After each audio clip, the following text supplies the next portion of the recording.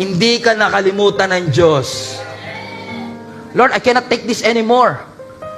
But not my will, not my way, not my preference, not my desire.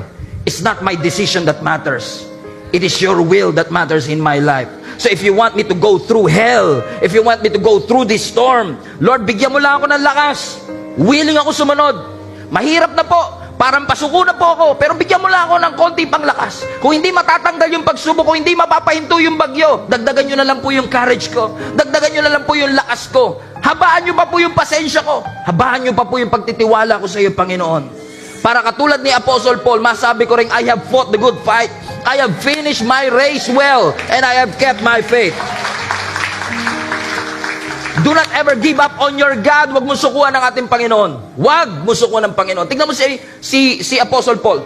Habang naglilingkod siya sa Panginoon, habang sinusunod niya ang Panginoon, meron siyang thorn in the flesh. Di ba? And he asked the Lord 3 times. He pleaded the Lord. Nakiusap siya sa Diyos, Lord, tanggalin mo yung thorn in the flesh. Pero ano sabi ng Bible? Hindi siya pinagbigyan sa kanyang request.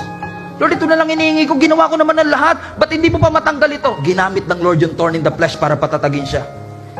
And the same Apostle Paul na humingi kay Lord at na-deny is the same Apostle Paul na nagsabi, I have fought the good fight. Watch this. I have finished the race. Pero hindi nag-give up yung pananampalataya ko.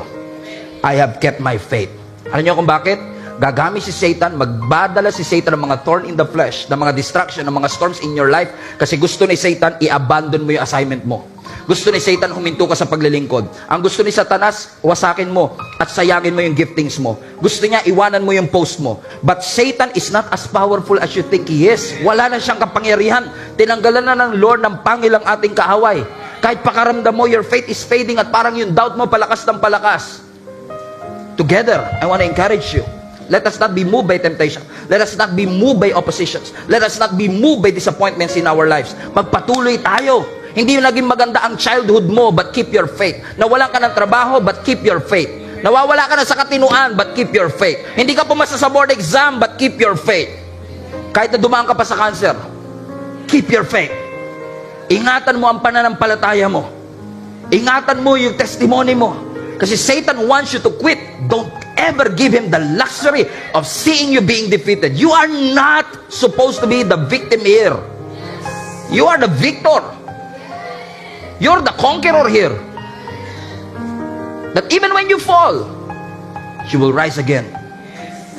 And I assure you, mga kapatid, if you will press on and continue, you will see His grace unfolding every second, every minute, every moment of your life, and you will realize never lumubay ang Panginoon sa iyo. He's guiding you, He's leading you, He's picking you up, He's always there